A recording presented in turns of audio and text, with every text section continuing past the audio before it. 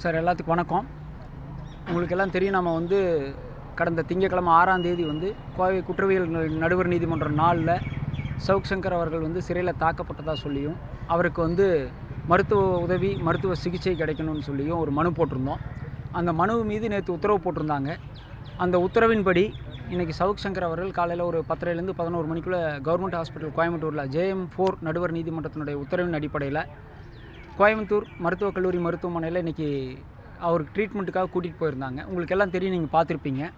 அங்கே போய் அவருடைய என்ன நடந்துச்சுங்கிறத விசாரிச்சுட்டு அவருக்கு நடந்த எப்படி அடிபட்டுச்சு, எப்படி கையில் வீக்கம் வந்துச்சுங்கிறதெல்லாம் சொல்லி ரெக்கார்டு பண்ணதுக்கப்புறம் எக்ஸ்ரே எடுத்திருக்காங்க. நாம் முதல்ல சந்தேகப்பட்ட மாதிரியும் அவர் சொன்னதை வந்து உங்கள்கிட்ட சொல்லியிருக்கோம். அடித்ததில் வந்து எனக்கு வந்து ஃப்ராக்சர் ஆகிருக்குன்னு சொல்லியிருந்தார். அதுபடி பார்த்திங்கன்னா வலது கையில் இந்த கட்டவரலில் ஒரு ஃப்ராக்சரும் மணிக்கட்டில் முன்னாடி ஒரு ஃப்ராக்சராக இருந்திருக்கு. லைட்டாக வந்து ஏர் கிராக் மாதிரியோ இல்லை ஏர் ஃப்ராக்சர் மாதிரியோ இருக்குது. Anyway it's a fracture. அதனால தான் அந்த வீக்கம், அந்த ஸ்வெல்லிங், அந்த பபுள் பிரஸ்ட்டு இதெல்லாமே ஆயிருந்திருக்கு.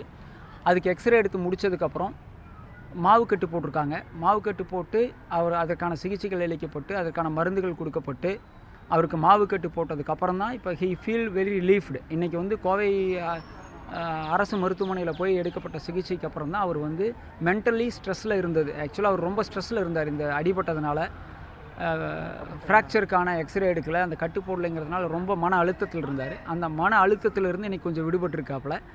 கட்டு போட்டதுக்கப்புறம் ஹி ஃபீல்ஸ் பெட்டர். அந்த ஃப்ராக்சர் இருக்குது அப்படிங்கிறது இப்போ உறுதியாயிருக்கு. அதாவது என்னென்னா, சிறையில் அவர் தாக்கப்பட்டதாக அவர் சொல்லி எனக்கு ஃப்ராக்சர் ஆகிருக்குன்னு 3 நாளாக சொல்லி அதைப்படி அந்த டிஸ்ட்ரிக்ட் லீகல் சர்வீஸ் அத்தாரிட்டி போய் பார்த்துட்டு வந்த ரிப்போர்ட்டின் அடிப்படையில் அவர் தாக்கப்பட்டது உண்மைன்னு சொல்லியும் இப்போ வந்து கையில் ஃப்ராக்சர் இருக்குங்கிறத வந்து அவர் சொன்ன கூற்று வந்து உண்மைங்கிற அளவுக்கு இருக்குது இப்போ வரைக்கும். நம்பர் 1.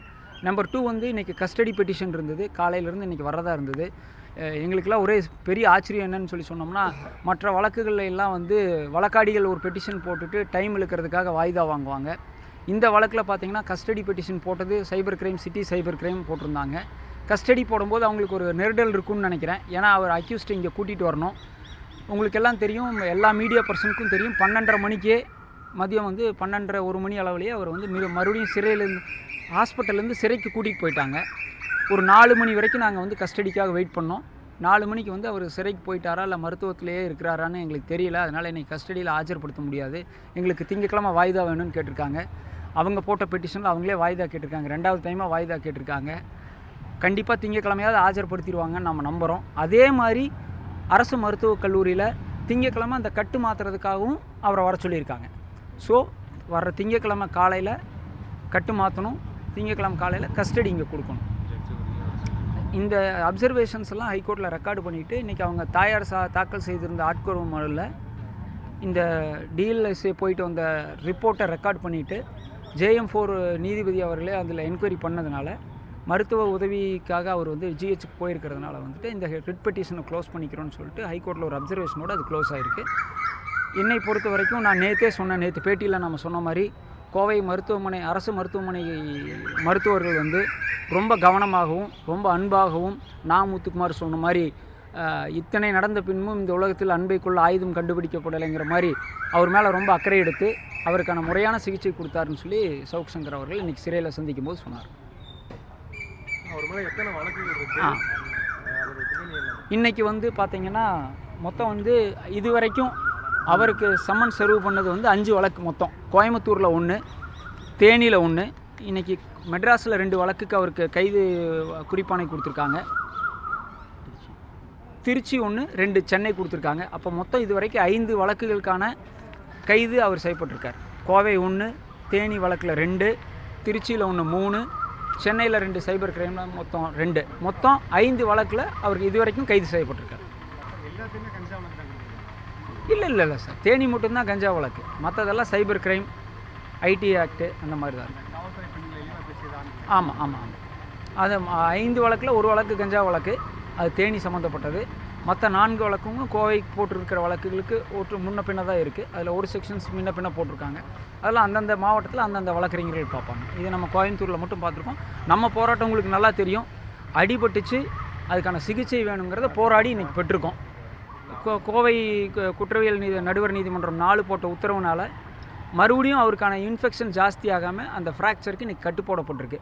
அதனால் அது அவருடைய கூற்றுப்படி அவருடைய வாக்குமூலத்தின்படி அடிக்கப்பட்டிருக்காரு. அதனால தான் ஃப்ராக்சர் ஆகிருக்குங்கிறத இன்றைக்கி உறுதி செய்யப்பட்டிருக்கு. ஏன்னா அவரை ரிமாண்ட் செய்யும்போது ஜெயமோனில் போன கடந்த சனிக்கிழமை 4ஆம் தேதி ரிமாண்ட் செய்யும்போது இடது கையில் இருக்கிற காயங்கள் குறித்து தான் குறிப்பிட்டிருக்காங்க.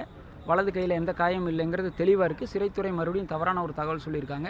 இடது கையில் தான் காயங்கள் இருக்கிறதா சொல்லி ரிமாண்ட் ரிப்போர்ட்டில் தெளிவாக இருக்குது. இப்போ ஃப்ராக்சர் ஆகிருக்கிறது வலது கையில். அது அடித்ததுனால தான் ஃப்ராக்சர் ஆகிருக்குன்னு சொல்லியிருக்காரு. இப்போது அவங்க தாயார் இதுக்கான மேல் நடவடிக்கை எடுக்கிறதுக்கான இப்போ நம்ம போராடினது சிகிச்சைக்காக முதல்ல போராடலாம், அப்புறம் இந்த பாதிப்புக்குள்ளான நபர்கள் மீதான நடவடிக்கை குறித்து பின்னாடி பார்க்கலான்னு சொல்லியிருந்தோம். கண்டிப்பாக இந்த ஃப்ராக்சருக்கு காரணமானவங்க மேலே நடவடிக்கை எடுக்கிறதுக்கான ஸ்டெப்ஸ் அடுத்தது எடுக்கும். அதுதான் சார் எல்லாமே நம்ம மீடியாவில் சொல்லிட்டோம்னா அவங்க அங்கே எல்லாம் ரெடி ஆயிடுவாங்க. எல்லாம் என்னென்ன நடவடிக்கை எடுக்க போகிறோம், யார் மேலே குற்றம் சாட்ட போகிறோம், என்னென்ன சட்டத்தின் அடிப்படையில் போக போகிறோம்னு சொல்லிட்டா அவங்களுக்கு ப்ரிப்பரேஷன் பண்ணுறதுக்கு கொஞ்சம் ஈஸியாக இருக்கும். அதனால் நம்ம அதை வேண்டாம் பண்ணினதுக்கப்புறம் கண்டிப்பாக மீடியா மக்களுக்கு உங்களுடைய மீடியாவுடைய காட்சி தொலைக்காட்சிகளுடைய பத்திரிகைகளுடைய சப்போர்ட் இல்லாமல் இந்த மனித உரிமை மீறல் நம்ம தட்டி கேட்டிருக்கவே முடியாது. உங்களுக்கு நான் திருப்பி அதான் சொல்கிறேன், ஒரு காயத்துக்கு ஒரு எக்ஸ்ரே எடுத்து கட்டு போடுறதுக்கு நம்மளுக்கு 3 நாள் ஆயிருக்கு. ஜனநாயகத்தில் உங்களுடைய துணை இல்லாமல் சவுக் சங்கருங்கிறதெல்லாம் தாண்டி ஒரு சிறை கைதிக்கு அடிபட்டதுக்கு சிறையிலேயே அது பண்ணியிருக்கலாம். இந்த வசதி வாய்ப்புகள் சிறையிலேயே இருக்குது. இது இவ்வளோ கஷ்டப்பட்டுருக்க வேண்டியதே இல்லை. அழகாக ஜெயிலில் இருக்கக்கூடிய போலீஸ் ஹாஸ்பிட்டல்லையே இன்றைக்கி ஜிஹெச்சில் இருக்கக்கூடிய வசதிகள் இருந்திருக்கு. கண்டிப்பாக எதையா ஒரு காரணம் சொல்லி இந்த சிகிச்சையை முதல்ல அவங்களால கொடுத்துருக்க முடியும். என்ன ஒரு எக்ஸ்ரே எடுக்கிறதுக்கும் ஒரு 2 ஃப்ராக்சரை கண்டுபிடிக்கிறதுக்கும் என்ன ஃப்ராக்சரோட தன்மை என்னன்னு நம்மளுக்கு இப்போ வரைக்கும் தெரில. ஃப்ராக்சர் இருக்குது, 2 ஃப்ராக்சர் கையில் மணிக்கட்டில் ஒன்று கட்டவரில் ஒன்று இருக்குங்கிறது உறுதிப்படுத்தப்பட்டிருக்கு. அதோடைய தன்மை என்னங்கிறதுக்கான மெடிக்கல் ரிப்போர்ட்ஸ் நம்மளுக்கு தரமாட்டாங்க. அது திருப்பியும் சிறை நிர்வாகத்துக்கு தான் போயிருக்கு. அந்த ரெக்கார்ட்ஸ் நாங்கள் கேட்டு நாளைக்கு மனு போட்டு தான் வாங்கணும். அதெல்லாம் மனுகள்லாம் ஒன்று மனு போட்டு வாங்குறதுனால ரொம்ப டைம் எடுக்குது. டெஃபினட்டாக பேப்பர்ஸ் கிடைக்கும். இது இவ்வளவு போராடி இருக்க வேண்டியதில்லை. இந்த கையில் ஒரு மாவு கட்டு போடுறதுக்கும் ஒரு அடிபட்ட ஃப்ராக்சருக்கும் இவ்வளவு போராடி இருக்க வேண்டியதில்லை. இந்த மருத்துவ உதவி கிடைத்ததுக்கு முழு காரணம் பத்திரிகை நண்பர்கள் தான். 2 கட்டவரில் வலது கட்டவரில் ஒன்று, மணிக்கட்டில் ஃப்ரண்ட்டில். இப்போ அவர் மேலே போடப்பட்ட கஞ்சா வழக்கில் கஞ்சா கார்லேருந்து எடுக்கப்பட்டதாக சொல்லியிருக்கு. அது சம்மந்தமாக உங்ககிட்ட அவர் ஏதாவது தகவல் ஏதாவது இல்லைங்க. அவர் தெளிவாக என்ன சொல்கிறாருன்னா, அவரை இரவு அதிகாலை 1:30 மணிக்கு அவரை கைது பண்ணிட்டாங்க. கஞ்சா கைப்பற்றப்பட்டதாக சொல்கிறதெல்லாம் 8 மணி வெடிய காத்தால் 8 மணிக்கு மேலே அவர் கைது செய்யப்பட்டு 7 மணி நேரம் கழித்து தான் அந்த கஞ்சா அந்த கார்லேருந்து எடுத்ததாக சொல்கிறாங்க. அதை நம்ம இப்போ டீட்டெயில்டாக போனோம்னா அது கேஸ் நடத்துகிற மாதிரி ஆயிரும். அது அவர் என்ன சொல்கிறாருன்னா, என்னை அரெஸ்ட் பண்ணும்போதே எல்லாம் செக் பண்ணி என் ரூமெல்லாம் சர்வே பண்ணி எல்லாமே ஆஃப்டர் ஸ்க்ரீனிங் பண்ணி தான் அவருடைய ஃபோனு லேப்டாப்பெல்லாம் சீஸ் பண்ணிட்டு வந்தாங்க. அதை எல்லாத்தையுமே செக் பண்ணியிருக்காங்க. அது நாம் சொல்லலை, ரெக்கார்டு இருக்குது. அந்த ரெக்கார்ட்ஸ் காப்பீஸ் நம்மக்கிட்ட இருக்குது.